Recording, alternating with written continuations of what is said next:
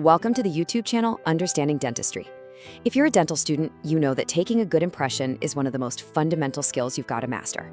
But let's be honest, with all the different materials out there, it can get confusing. So in this explainer, we're going to break it all down, nice and simple. Here's the game plan.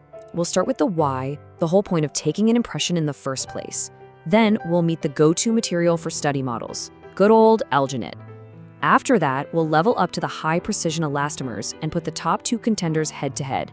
We'll also take a quick look at the future, which is digital, before we wrap it all up with a super simple guide to help you make the right call in the clinic. Okay, so before we start comparing different goops and putties, let's just zoom out for a second. What is the one fundamental goal that every single one of these materials is trying to achieve?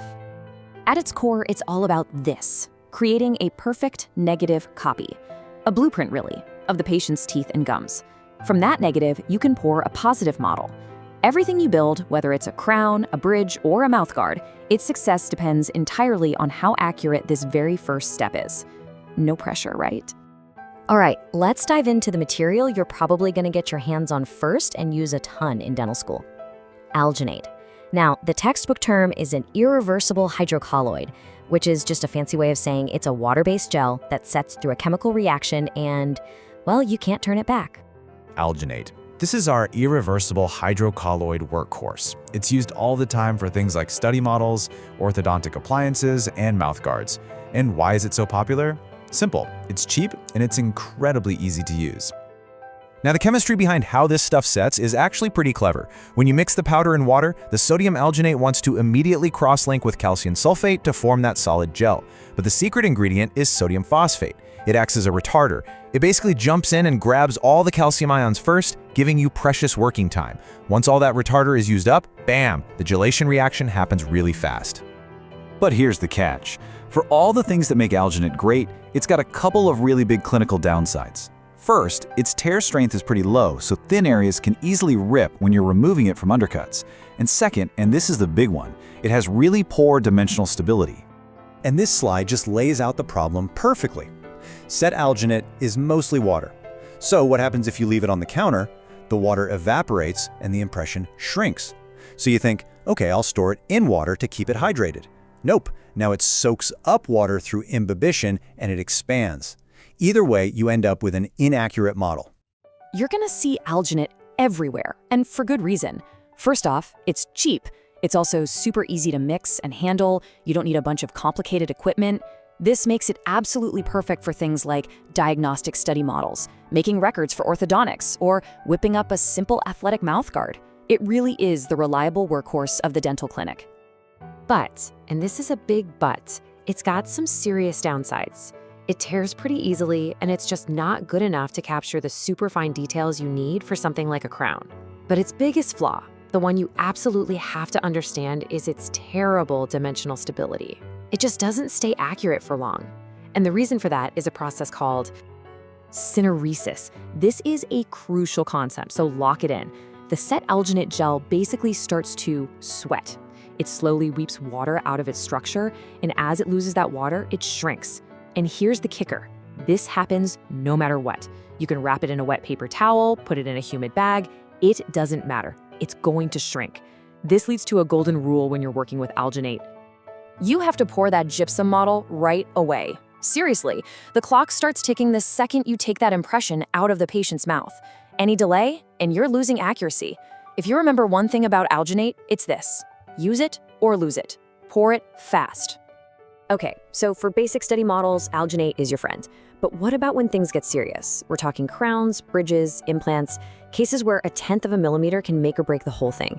For that, you need to bring in the big guns. You need to upgrade to a class of materials called elastomers. These are the high-performance players. And you can see here, they completely dominate the market for this kind of work. Now, there are a few types, but the two you really need to know are addition silicones, you'll hear them called PVS all the time, and they make up more than half the market. The other major player is polyether, holding down about 1/3. So naturally, let's put these two heavyweights in the ring together. When you need absolute top-tier accuracy, we're talking crowns, bridges, implants. That's when we have to leave alginate behind and move into the world of elastomers. We'll start with what is pretty much the modern standard for precision, addition silicones, which you probably know as PVS. So what's the magic behind PVS? It's all about the setting reaction. It's a true addition reaction. And the most important part is this: no volatile byproduct is released. Nothing evaporates. That's the secret to its incredible dimensional stability. Now, the reaction is driven by a platinum salt catalyst. And here's a clinical tip. That catalyst can be inhibited by sulfur from latex gloves or some retraction agents, which can stop your impression from setting properly. Just look at this number, 99.8%. That is the elastic recovery of PVS, the highest of any impression material out there. What that means for you in the clinic is that after you stretch and compress it to get it out of some gnarly undercuts, it bounces back to its original shape almost perfectly. All right, you need ultimate precision. You've got PVS in one corner and polyether in the other. How do you choose? Well, it really just comes down to comparing a few of their key properties. First up, wettability. Let's face it, the mouth is a wet environment, so how your material deals with moisture is a huge deal. A material that is hydrophilic, meaning water-loving, can flow into all the little nooks and crannies and capture fine detail without being pushed away by saliva. Polyether is a natural at this. PVS, on the other hand, is naturally hydrophobic, or water-fearing, so manufacturers have to add soaps, basically, to make it behave in a wet field. Now, this one is a massive decision maker. How stable is it over time? And here we have a clear winner. PVS is incredibly stable. The amount it shrinks over 24 hours is almost nothing. This makes it the absolute best choice if you have to send your impression to an outside lab. Polyether, not so much. It can actually absorb water and swell if you're not careful. Think about pulling an impression tray out of the mouth, especially around teeth with some gnarly undercuts. You need that material to flex, get past the tight spots, and then snap right back to its original shape. That's elastic recovery. And again, PVS is the undisputed champion here. It bounces back almost perfectly every single time. Now, both of these materials are pretty rigid, which is part of what makes them so accurate. But that stiffness can make them a real challenge to remove, especially polyether. It is the stiffest material out there. So a clinical tip: if you're using polyether, you have to make sure you have enough space in your tray, or you're going to have a heck of a time getting it out. This table really breaks it down nicely. If you're looking at pure accuracy and stability over time, PVS has the clear edge, with less shrinkage and better elastic recovery. Polyethers are definitely the stiffer material of the two. But when you look at wettability, that's where the natural hydrophilicity of polyether gives it a real advantage. Both give you excellent detail, so the choice often just comes down to the clinical situation and, frankly, your personal preference. So we've been talking a lot about these physical materials, right? But the whole conversation is starting to shift thanks to technology that lets us skip the goop altogether. We're talking about digital scanning. Instead of filling a tray with material, you just use a small wand to take thousands of pictures of the teeth, and the software stitches them together into a perfect 3D model right on the screen. The precision is incredible, and it solves so many of our old problems. No more material distortion, no more patient gagging. It means fewer remakes and less time spent adjusting the final crown.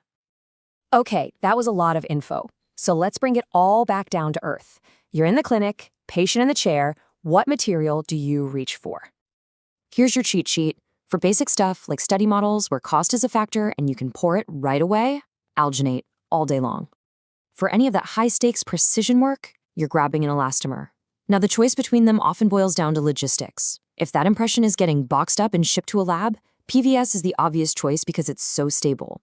But if you're struggling to keep the area dry and you're pouring the model yourself, polyether's natural ability to handle moisture can be an absolute lifesaver. And that leaves us with one big final thought. While knowing these materials inside and out is crucial for you today, you're also entering dentistry at this incredible turning point. The very definition of an impression is changing right before our eyes. So the real question isn't if digital scanning will take over, but just a matter of when.